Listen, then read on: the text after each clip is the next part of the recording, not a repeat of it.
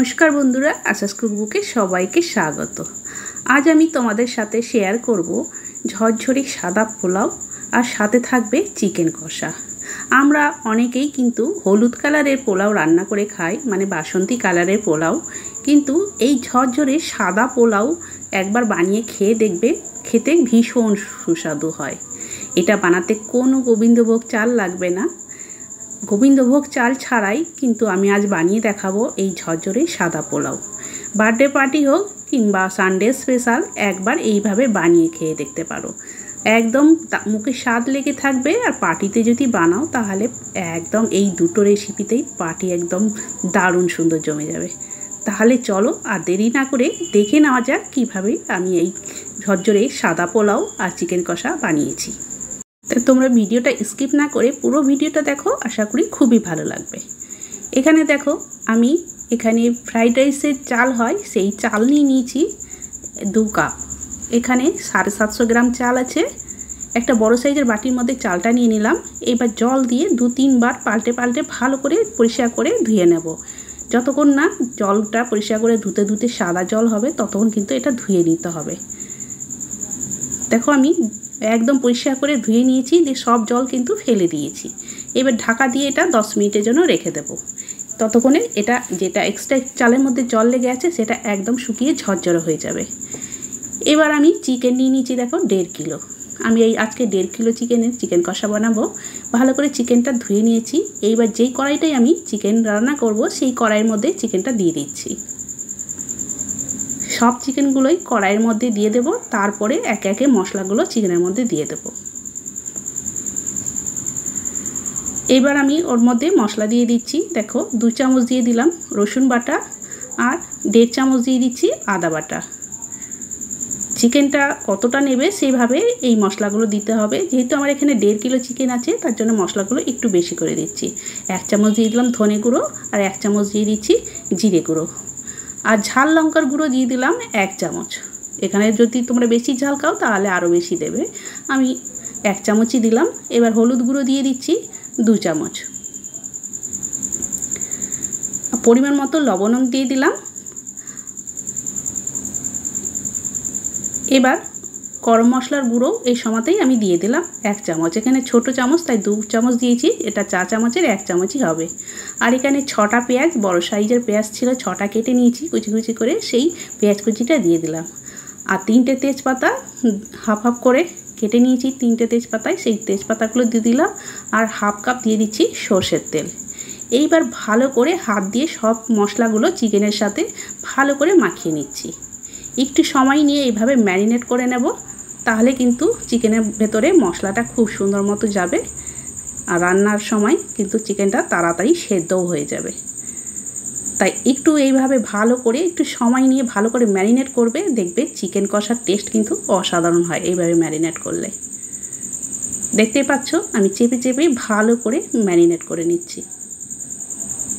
তবে যেসব বন্ধুরা আমার এই ভিডিও দেখছো যদি নতুন হয়ে থাকো তাহলে চ্যানেলটিকে অবশ্যই সাবস্ক্রাইব করে রেখো, আর ভালো লেগে থাকলে লাইক, বন্ধু আর ফ্যামিলির সাথে বেশি বেশি করে শেয়ার করে দেবে।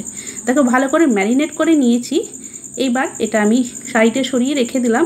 আর এটা ম্যারিনেট করতে করতেই দেখো এর মধ্যেই কিন্তু চালটা ধুয়ে রেখেছিলাম একদম পুরো ঝরঝরে হয়ে গেছে। 10 মিনিট লাগলো না, 10 মিনিটের আগেই কিন্তু আমি তোমাদের দেখাচ্ছি একদম ঝরঝরে হয়ে গেছে। এবার গ্যাসের মধ্যে একটা বড় সাইজের এই রকম ডেকচি বসিয়ে দিয়েছি। আজকে এইটাতেই আমি এই পোলাওটা রান্না করব, তাই এই ডেকচির মধ্যে দেখো আমি দিয়ে দিলাম 4 চামচ ঘি। এবার ঘিটা ভালো করে গরম করে নেব, তারপরে এর মধ্যে দিয়ে দিচ্ছি গোটা গরম মশলা। 3টে এলাচ নিয়েছি, 2 টুকরো দারচিনি আছে আর 4-5টা লবঙ্গ আছে। কিছুটা কাজু বাদাম দিলাম আর কিছুটা দিয়ে দিলাম কিশমিশ। আগে কাজু বাদাম, কিশমিশ আর গরম মশলা একসাথে একটু ঘিয়ে নাড়াচাড়া করে নিচ্ছি, খুব বেশি না, অল্প একটু নাড়াচাড়া করে নিচ্ছি। এইবার ওর মধ্যে যে ধুয়ে রাখা চালগুলো দিয়ে দিলাম, দিয়ে একটু নাড়াচাড়া করে চালটা একটু ঘিয়ের সাথে অল্প একটু নাড়াচাড়া করে নেব। অনেকেই কিন্তু গোবিন্দভোগ চালের পোলাও রান্না করে খেয়েছো, কিন্তু একবার এই ফ্রাইড রাইস চালের পোলাও বানিয়ে দেখবে, দারুণ হয় খেতে। দেখো অল্প একটু নাড়াচাড়া করে নিচ্ছি। এই রকম খুব বেশি না, আস্তে আস্তে একটু নাড়াচাড়া করে নেবে। খুব বেশি না, অল্প একটু সময় নাড়াচাড়া করে নিলাম। এইবার যে কাপ মেপে চাল নিয়েছিলাম সেই কাপ মেপেই কিন্তু আমি এখানে গরম জল দিয়ে দিচ্ছি। 2 কাপ চাল ছিল, তার জন্য 2 কাপ চালের জন্য এখানে আমি 4 কাপ জল দিয়ে দিচ্ছি। দিয়ে দিলাম 4 কাপ জল। এবার একটু আগে নাড়াচাড়া করে নিচ্ছি। হিটটা কিন্তু লোয়েই আছে, লো হিটেই পুরো রান্না হবে। এবার অল্প একটু লবণ দিয়ে দিচ্ছি ওর মধ্যে, আর চিনি দিয়ে দেব 4 চামচ। পোলাও একটু মিষ্টি মিষ্টি হলেই ভালো লাগে, তাই 4 চামচ চিনি দিয়ে দিলাম। দিয়ে আবারও একটু নাড়াচাড়া করে ভালো করে মিশিয়ে নিচ্ছি সব কিছু। তারপরে এটা ঢাকা দিয়ে লো হিটেই 10 মিনিট এইভাবে রান্না করে নেব। এটা আমি পাশের বার্নারে সরিয়ে দিচ্ছি। দিয়ে এই বার্নারে আমি এই সময় চিকেনটা রান্না করে নেব। তার জন্য ওটা পাশের বার্নারে বসিয়ে দিলাম। দিয়ে এইদিকে চিকেনটা এই বার্নারে বসিয়ে দিয়ে প্রথমে হিটটা বাড়িয়ে দিলাম। আগে একটু গরম হয়ে যায়, তার জন্য প্রথমে হিটটা বাড়িয়ে দিলাম। বাড়িয়ে দিয়ে দেখো চিকেনটা কিন্তু গরম হয়ে হালকা ফুটতে শুরু করেছে। এইবার নাড়াচাড়া করে ভালো করে ওপর নিচ করে নাড়াচাড়া করে দিচ্ছি। আর এই চিকেন কষা বন্ধুরা আমি কিন্তু জল ছাড়াই পুরো এইভাবেই চিকেন কষাটা বানাবো, এতে কিন্তু টেস্ট খুব সুন্দর হয়। দেখো ভালো করে নাড়াচাড়া করে তারপরে আমি আবারও ঢাকা দিয়ে দেব। ঢাকা দিয়ে তারপরে মিডিয়াম টু লো হিটে করে 1 মিনিট পর ঢাকাটা খুলে নেব। এইভাবে নাড়াচাড়া করে দিলাম। এবার আমি ঢাকাটা দিয়ে দিচ্ছি। ঢাকা দিয়ে 1 মিনিট পর আবার ঢাকাটা খুলে নেব। গ্যাসের হিটটা মিডিয়াম টু লোয়ে রেখেছি। 1 মিনিট পর আমি ঢাকাটা খুলে নিচ্ছি। নিয়ে দেখো এর মধ্যে কিন্তু চিকেন থেকে জল ছাড়তে শুরু করেছে। এই জলেই কিন্তু চিকেনটা পুরো সেদ্ধ হবে। তার জন্য বেশি হিট না, কম হিটেই আমি চিকেনটা এইভাবে নাড়াচাড়া করে একদম পুরো কষাভাবে রান্না করে নেব। তাই এইভাবে উল্টে পাল্টে ভালো করে মাঝে মাঝে নাড়াচাড়া করে দিতে হবে, যাতে তলায় না ধরে যায়। ভালো করে নাড়াচাড়া করে দেওয়ার পর আমি আবারও চিকেনটা কিন্তু ঢাকা দিয়ে দেব।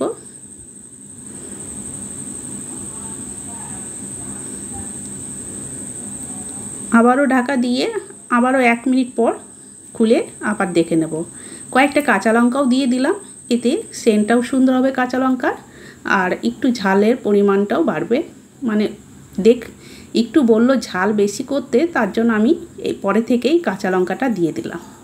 দেখো আবারও 1 মিনিট পর ঢাকা খুলেছি, আর জল অনেকটা বেরিয়েছে। পেঁয়াজগুলো এখনও কিন্তু পুরো সেদ্ধ হয়ে গলে যায়নি, তাই আমি এটা ঢাকা দিয়ে একদম পুরো রান্নাটা করে নেব এরকম ঢাকা দিয়ে। এইদিকে আমি 10 মিনিট পর দেখো আমি এটা ঢাকা খুলে নিলাম পোলাওটা, আর দেখো 10 মিনিটেই কিন্তু পুরো সেদ্ধ হয়ে গেছে। আমি একটু আস্তেই করে তলা থেকে নাড়াচাড়া করে দিচ্ছি।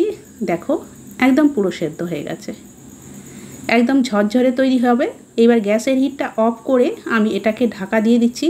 আর পুরো ঢাকা দেবো না, একটু খুলে রাখছি, তাহলে কিন্তু একদম ঝরঝরে হবে। এদিকে আমার চিকেনটা প্রায় এটাও 10 মিনিট ধরে আমি ঢাকা খুলে খুলে ভালো করে রান্না করে নিয়েছি বারে বারে। আর দেখো এত জল বেরিয়েছে, মনে হচ্ছে যেন জল দিয়েছি। চিকেনটা কিন্তু খুব সুন্দর কষানো হয়ে এসেছে। আমি আর ঢাকা দেব না, এইভাবেই আবার কিছুক্ষণ ভালো করে এবার নাড়াচাড়া করে নেব। আর কিন্তু ঢাকা দিতে হবে না, এবার একটু অনবরতই এইভাবে নাড়াচাড়া করে নেব, তাহলেই কিন্তু খুব সুন্দর চিকেন কষা হয়ে যাবে। একটা কেটে দেখে নিলাম, খুব সুন্দর চিকেনটা কিন্তু সেদ্ধ হয়ে গেছে। এইবার ভালো করে নাড়াচাড়া করে নিয়ে তারপরে দেখো চিকেনটা কিন্তু আর রান্না করব না। আর চিকেনের যে দেখো অল্প একটু গ্রেভি আছে, এই রকমই গ্রেভি রাখবো, কেন অল্প একটু গ্রেভি তো লাগবেই খাওয়ার সময়, তার জন্য এইরকমই গ্রেভি রেখে দিলাম। এবার গ্যাসের হিটটা অফ করে দিলাম।